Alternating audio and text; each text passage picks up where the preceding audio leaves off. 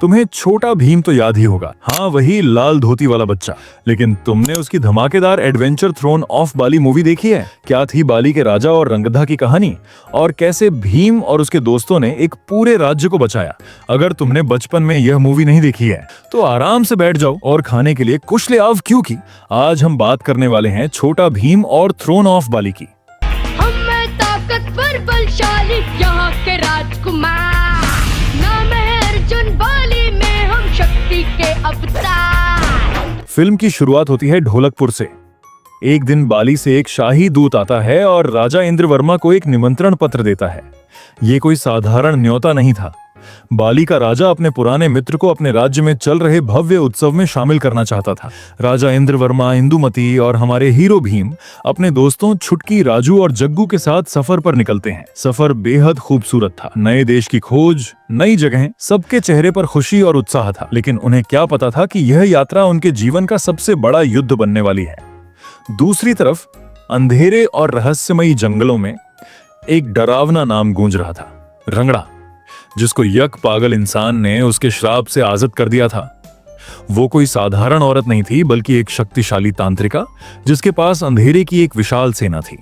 उसके चेहरे पर एक दुष्ट मुस्कान और आंखों में बाली को नष्ट करने का सपना था। रंगड़ा ने कसम खाई थी कि वो बाली के राजा को खत्म करके पूरे राज्य को अपने कब्जे में ले लेगी, और उसी रात उसने अपनी अंधेरी सेना के साथ महल पर हमला कर दिया। महल की दीवारें कांप उठीं, लोग डर के मारे भागने लगे। राजा अपनी सेना के साथ डटकर लड़ता है, लेकिन रंगड़ा के काले जादू के सामने उसकी एक एक उम्मीद टूटने लगती है। आखिरकार राजा कैद कर लिया जाता है। महल अंधेरे में डूब जाता है और लोगों की आखिरी उम्मीद भी बुझ जाती है। और राजा का यक बेटा था अर्जुन, जो रंगद्दा हमला हुआ तब भाग जाता है। इधर भीम और उसके दोस्त बाली पहुंच चुके हैं और देखते हैं कि बाली का महल पूरी तरह से टूट चुका है। फिर भीम की मुलाकात बाली के राजपुरोहित से होती है और वो रंगद्दा के बारे में बताते हैं। वहां उनकी मुलाकात बाली के राजकुमार अर्जुन से होती है, जो बेहोश होकर लेटा हुआ था, जिसको छुटकी ने लड्डू देकर ठीक किया। फिर सब साथ में अभ्यास करते हैं, लेकिन तभी खबर आती है कि नजदीकी गांव पर रंगड़ा के चेलों ने हमला कर दिया है, जिसको भीम और अर्जुन मिलकर उन्हें हरा देते हैं। लेकिन एक चेले को जिंदा पकड़ लिया जाता है। गुरुजी उसके दिमाग में जाकर सच्चाई देखते हैं और पता चलता है कि सिर्फ 3 दिन में रंगड़ा पूरे राज्य को तबाह कर देगी। रंगड़ा को भी यह एहसास हो जाता है कि कोई उसकी जासूसी कर रहा है। वो गुस्से में एक भयानक दानव भेजती है, जो पूरे गांव को आग में झोंक देता है। भीम और अर्जुन बड़ी बहादुरी से उसे जंगल की ओर तरफ ले जाते हैं और उसे मार गिराते हैं। मरते वक्त उस दानव से एक परी निकलती है। वो बताती है कि 3 दिन में रंगड़ा सबसे ताकतवर बनकर आगुंग पर्वत को नष्ट कर देगी, और अगर ऐसा हुआ तो पूरा राज्य मिट जाएगा। इसके बाद छोटा भीम और उसकी पूरी सेना आगुंग पर्वत तरफ निकलती है। यात्रा करते करते भीम और उसके दोस्त उस जगह पहुंचते हैं जहां से 2 रास्ते निकलते हैं। एक रास्ता बाली के राज्य की ओर जाता है, जहां रंगधा अपनी ताकत बढ़ा रहा होता है, और दूसरा रास्ता आगुंग पर्वत की ओर जाता है। यहाँ सब उलझन में पड़ जाते हैं। आखिर किस तरफ जाए? भीम दृढ़ निश्चय के साथ कहता है, अर्जुन तुम आगुंग पर्वत की तरफ जाओ, मैं रंगड़ा को रोकने जा रहा हूं। दोनों अपनी अपनी राह पकड़ लेते हैं। सफर लंबा और कठिन था। थकान से चूर होकर सब पानी पीने के लिए रुकते हैं, लेकिन तभी अचानक कुछ अजनबी लोग उन्हें पकड़कर कैद कर लेते हैं।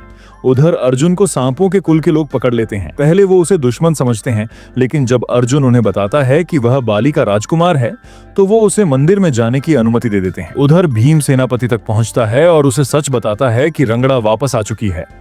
सेनापति तुरंत सबको हथियार देकर रंगड़ा की सेना का सामना करने के लिए तैयार करता है। सबसे पहले भीम और उसके साथी राजा और रानी को कैद से मुक्त कराते हैं, लेकिन रंगड़ा को सब पता चल रहा था। उसने अपनी डरावनी छाया भेजी, जो भीम को रोकने आई थी। भीम और साया के बीच भयंकर युद्ध होता है। भीम जीत ही रहा था कि साया रंगड़ा उसे हरा देती है और जाते जाते पूरे महल को भीम पर गिरा देती है। इस बीच रंगड़ा पंचभूतों की ताकत हासिल कर लेती है और आगुंग पर्वत को नष्ट करने निकल पड़ती है। इधर छुटकी, राजू और जग्गू पूरी जान लगाकर भीम को ढूंढते हैं। उधर अर्जुन रंगड़ा को रोकने की कोशिश करता है, लेकिन वो उस पर भारी पड़ती है। तभी जग्गू बंदरों की अपनी सेना को बुलाता है। सैकड़ों बंदर आकर रंगड़ा की पलटन को चीर फाड़ देते हैं और अब होता है महायुद्ध। रंगड़ा जब महाराज पर वार करने ही वाली होती है, तभी अचानक भीम वहां पहुंचता है और राजा को बचा लेता है। भीम और रंगड़ा की टक्कर शुरू होती है, लेकिन रंगड़ा इतनी शक्तिशाली हो चुकी थी कि उसने भीम को भारी पड़ रही थी। भीम दूर जाकर गिरता है 3 रहस्यमयी खंभों के पास। वहीं उसे कैरस नाम की जादुई वस्तु मिलती है, लेकिन भीम उसे खुद रखने के बजाय अर्जुन को दे देता है। अर्जुन रंगड़ा पर वार करता है, लेकिन उसका कोई असर नहीं होता। रंगड़ा कैरस की शक्ति चुरा लेती है और सुरक्षा कवच तोड़कर आगुंग पर्वत की ओर निकल जाती है। अब धरती फटने लगती है, लावा उबलने लगता है और वो 3 खंभे जमीन में धंसने लगते हैं। भीम बिना कुछ सोचे समझे उन खंभों को बचाने के लिए कूद जाता है और खुद लावा में गिर जाता है। ये पल इतना भावुक है कि हर कोई सोचता है, क्या अब भीम वापस आएगा? लेकिन तभी ब्रॉन्ग, जो बाली का रहस्यमय रक्षक था, भीम को बचा लेता है और कहता है, तुम ही असली राजकुमार हो, जाओ और रंगड़ा को हमेशा के लिए खत्म करो। ब्रॉन्ग अपनी सारी शक्तियां भीम को दे देता है। अब भीम पहले से कहीं ज्यादा ताकतवर बन चुका था। वो रंगड़ा से भिड़ता है और कैरस को उससे छीन लेता है और रंगड़ा पर हमला करता है और रंगड़ा को हमेशा के लिए खत्म कर देता है। इसके बाद ब्रॉन्ग आता है, जो बाली का भगवान था। वो सब घायलों को ठीक करता है और आशीर्वाद देकर वहां से निकाल लेता है और इस तरह बाली का राज्य फिर से शांति और रोशनी से भर जाता है। राजा इंद्रवर्मा और बाली के लोग भीम और उसके दोस्तों के प्रति हमेशा आभारी रहते हैं।